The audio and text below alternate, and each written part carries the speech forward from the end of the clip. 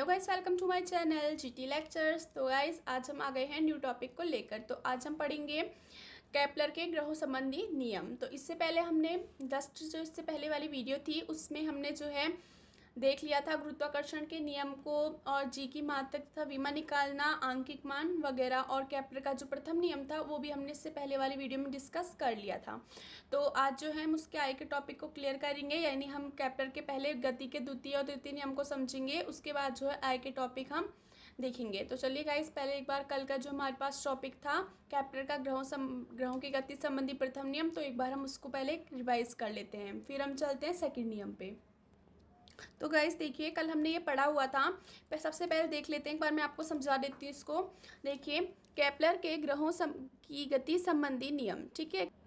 तो केपलर के जो किसके आधार पर दिए थे? प्रेक्षणों के आधार पर दिए थे, ठीक है। और किसके चारों ओर दिए थे? सूर्य के चारों ओर गति संबंधी नियम दिए थे। किसके लिए? ग्रहों के लिए, ठीक है, ग्रहों की गति संबंधी के लिए। तो देखिए, प्रथम नियम था हमारे पास। देखिए, प्रथम नियम मैंने आपको बताया था कि जो ग्रह है, ठीक है, कोई भी ग्रह है, ग्रह को जो ग्रह है सूर्य के चारों ओर एक वृत्ताकार पथ में क्या है? चक्कर लगाता है। यानी आपको पता है कि हमारी पृथ्वी जो है वृत्ताकार है, तो उसी तरीके से जो ग्रह है सूर्य के चारों ओर जो है वृत्ताकार पथ पे चक्कर लगाता है। ये हो जाता है, मैंने आपको कल समझाया था, इस तरीके से हो जाता है गोलाकार, और हम अगर इस तरीके से इसको चपटा बनाते हैं तो ये क्या हो जाता है? वृत्ताकार, ठीक है। तो वृत्ताकार पथ में चक्कर लगाता है, जिसके फोकस पर यानी मेन पॉइंट पर, जिसको हम त्रिज्या लेते हैं, अगर वहां से हम एक रेखा खींचे तो वो क्या कहलाएगी? त्रिज्या। यानी मेन फोकस पर क्या हो जाता है हमारे पास? सूर्य हो जाता है। यानी क्या हो जाएगी डेफिनेशन? तो कल हमने डेफिनेशन देखी, प्रत्येक ग्रह सूर्य के चारों ओर एक दीर्घवृत्ताकार कक्षा में परिक्रमण करता है, जिसके एक फोकस पर सूर्य होता है, ठीक है। तो मैंने आपको समझा दिया, और ये रही इसकी डेफिनेशन। देखिए, प्रत्येक ग्रह हमने पहले मेन पॉइंट में रखा सूरज, और इससे कुछ दूरी पर एक ग्रह है, ठीक है। ग्रह जो है सूर्य के चारों ओर वृत्ताकार पथ में क्या है? चक्कर लगाता है इस तरीके से। उसके मेन पॉइंट पर यानी फोकस पर जो होता है क्या होता है? सूर्य होता है। तो जो है प्रत्येक ग्रह सूर्य के चारों ओर चक्कर लगाएगा, मेन पॉइंट में क्या हो जाएगा? सूर्य हो जाएगा। तो यही हमारे पास क्या है? केपलर का प्रथम नियम। तो अब हम देख लेते हैं केपलर का द्वितीय नियम आखिर है क्या, ठीक है। पहले मैं समझा देती हूँ। तो सबसे पहले हम लिख लेते हैं द्वितीय नियम। केपलर का हम देखेंगे अब द्वितीय नियम। तो केपलर ने द्वितीय नियम क्या दिया? किसी भी ग्रह को, यहाँ पर एक ग्रह है, सूर्य से मिलाने वाली रेखा, ये, या फिर ये, अगर यहाँ पे ग्रह है तो ये सूर्य से मिलाने वाली रेखा समान समयांतराल में समान क्षेत्रफल तय करती है। यानी देखिए, मान लीजिए ग्रह यहाँ पर है, ठीक है। अब ये अलग जो है अच्छे से क्लियर कीजिएगा अपना डाउट। देखिए, कोई ग्रह यहाँ पर है, सूर्य यहाँ पर है, ये रेखा मिलाएगी ना, जो ये रेखा है सूर्य से मिलाने वाली रेखा, समान समयांतराल समान होगा सभी ग्रहों के लिए, भले ही आपने ग्रह यहाँ रखा हो, यहाँ रखा हो। क्यों? क्योंकि उसने हमसे क्या बोला है? क्योंकि जो सूर्य है वो कहाँ पर है? फोकस पर है, मेन पॉइंट पर सूर्य है। तो आप कहीं से भी लेंगे, यानी उसकी जो त्रिज्या होगी सभी के लिए समान होगी, लेकिन हमने वहाँ पर से त्रिज्या को किसका नाम दे रखा है? रेखा का नाम दे रखा है, ठीक है। तो प्रत्येक ग्रह को, कोई भी ग्रह हो, ABCD कोई सा भी ले लीजिए, सूर्य से मिलाने वाली रेखा समान समयांतराल में समान क्षेत्रफल तय करती है। यानी जो उसका क्षेत्रफल होगा वो क्या हो जाएगा? समान समयांतराल में समान होगा। यानी आप यहाँ से यहाँ की दूरी लेंगे, समान समयांतराल में समान क्षेत्रफल निकलेगा, यहाँ से यहाँ की दूरी लेंगे, समान समयांतराल में समान क्षेत्रफल निकलेगा। तो इसका अर्थ क्या होता है? समान समयांतराल में जो हमारे पास केपलर ने नियम दिए वो क्या बोला कि प्रत्येक ग्रह सूर्य से मिलाने वाली रेखा, ठीक है, समान समयांतराल में समान क्षेत्रफल जो है तय करती है। अर्थात ग्रहों की क्षेत्रीय चाल क्या हो जाती है? नियत रहती है। तो अब हम जो है इसको अच्छे से लिख लेते हैं, जिससे कि आपकी जो है फेयर वर्क हो जाए, ठीक है। तो इसकी डेफिनेशन क्या है? किसी भी ग्रह को, ठीक है, सूर्य से मिलाने वाली रेखा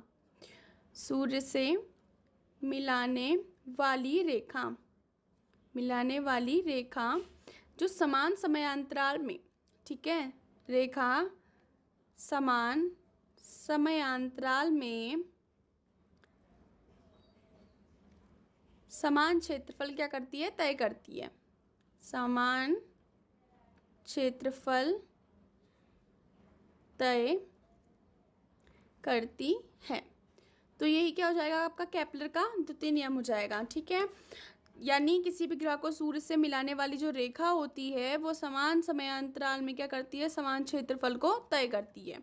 ये हो जाएगा आपका केपलर का दूसरा नियम। तो अब हम देख लेते हैं पहले तीसरा नियम है क्या आखिर। ठीक है, तीसरा नियम थोड़ा टफ है, तो सबसे पहले आपने ज़्यादा उसी को समझना है। ये पेपरों में गाइज इंपॉर्टेंट है, ये क्वेश्चन पेपरों में पूछा जाता है कि केपलर के ग्रहों संबंधी नियम दीजिए। ठीक है, तीसरा नियम समझते हैं। तो गाइज देखिए, केपलर का तीसरा नियम क्या था, प्रत्येक ग्रह के सूर्य के चारों ओर के परिक्रमण काल टी, प्रत्येक ग्रह के सूर्य के चारों ओर, जो ग्रह है सूर्य के चारों ओर जो है वृत्ताकार कक्षा में क्या है, चक्कर लगाता है, तो वही उसने बोला है परिक्रमण यानी चक्कर लगाना। प्रत्येक ग्रह के सूर्य के चारों ओर के परिक्रमण काल टी का वर्ग यानी टी स्क्वायर, ठीक हो गया, इतना हो गया, टी का वर्ग उस ग्रह की दीर्घवृत्ताकार कक्षा के, उस ग्रह की दीर्घवृत्ताकार कक्षा के अर्ध दीर्घ अक्ष की तृतीय घात के अनुक्रमानुपाती होता है। तो ये क्या कहलाएगा गाइस, देखिए किस तरीके से हम इसको समझेंगे। तो गाइस देखिए दोबारा समझाती हूँ।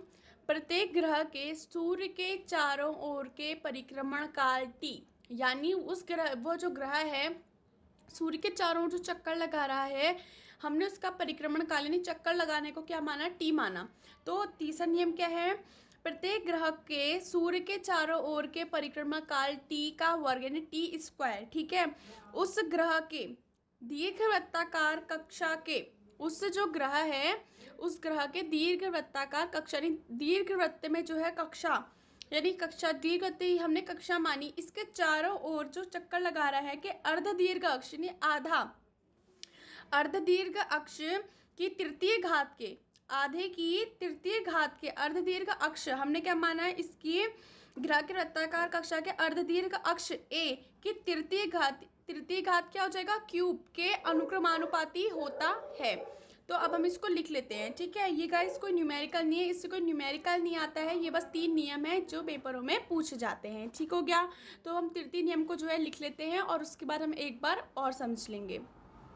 तो तीसरा नियम क्या है, प्रत्येक ग्रह के सूर्य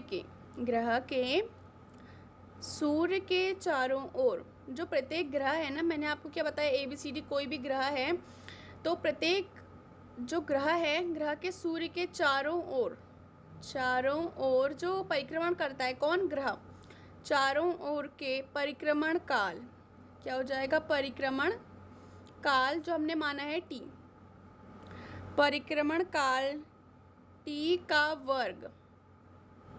ठीक है, तो क्या बोला, उस ग्रह, जो वो ग्रह है सूर्य के चारों ओर क्या हो रहा है, चक्कर लगा रहा है, तो उसका जो परिक्रमण काल है टी का वर्ग उस ग्रह के दीर्घवृत्ताकार, उस ग्रह के दीर्घवृत्ताकार यानी जो दीर्घवृत्त किस तरीके से, इस तरीके से चपटा होता है, तो उसके अर्ध उसने क्या बोला, टी का वर्ग उस ग्रह के दीर्घवृत्ताकार यानी इस तरीके से दीर्घवृत्ताकार हो जाएगा, दीर्घवृत्ताकार कक्षा के क्या हो जाएगा, दीर्घवृत्ताकार कक्षा के अर्ध दीर्घ अक्ष के तृतीय घात यानी क्यूब, तृतीय घात के अनुक्रमानुपाती होता है, अनुक्रमानुपाती या फिर आप इसको लिख सकते हैं समानुपाती होता है, अनुक्रमानुपाती होता है।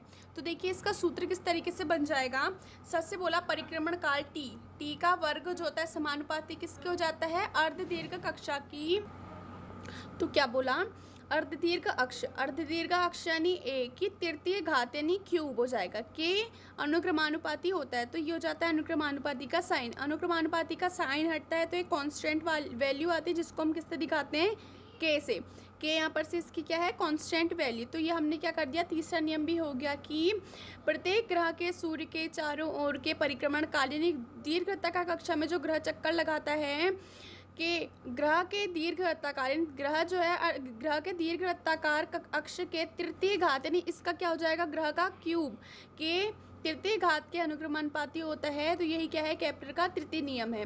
ठीक है, तो गाइस वीडियो अच्छी लगी हो तो लाइक कर देना, शेयर कर देना अपने फ्रेंड्स के साथ, रिलेटिव के साथ। तो फिर मिलते हैं आपसे अगली वीडियो में, तब तक के लिए take care and bye bye.